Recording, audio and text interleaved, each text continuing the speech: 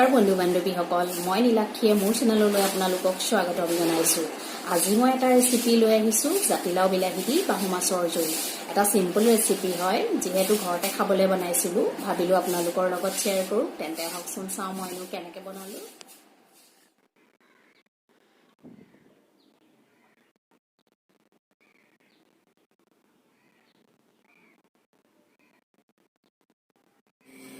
এয়া জাতিলাওখিনি মিহি মিহিকৈ কাটি লৈছোঁ, বিলাহী দুটা কাটি লৈছোঁ, পিঁয়াজ আৰু জলকীয়া দুটামান কাটি লৈছোঁ,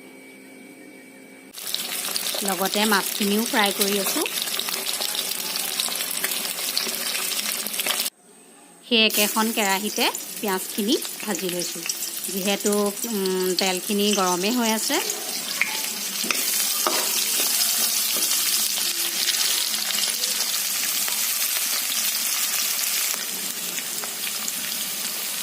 হালধি অকণমান দি দিছোঁ। এতিয়া কাটি থোৱা জাতিলাওখিনি দি দিলোঁ।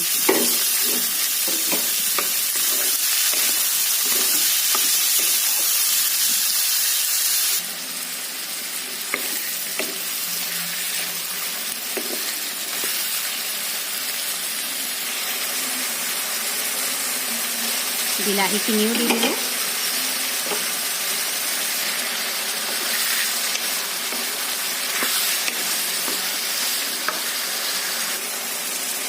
নিমখ দিছোঁ সোৱাদ অনুসৰি। এতিয়া গোটেইখিনি অলপ টাইম ভাজি ল'লোঁ।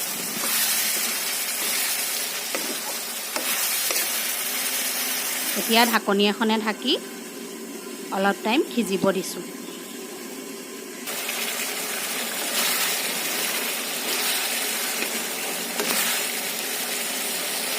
পানী দি দিছোঁ।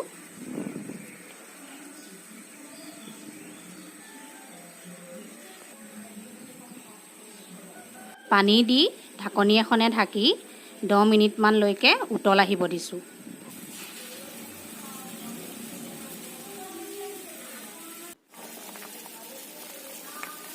এতিয়া ফ্ৰাই কৰি থোৱা মাছখিনি দি দিলোঁ।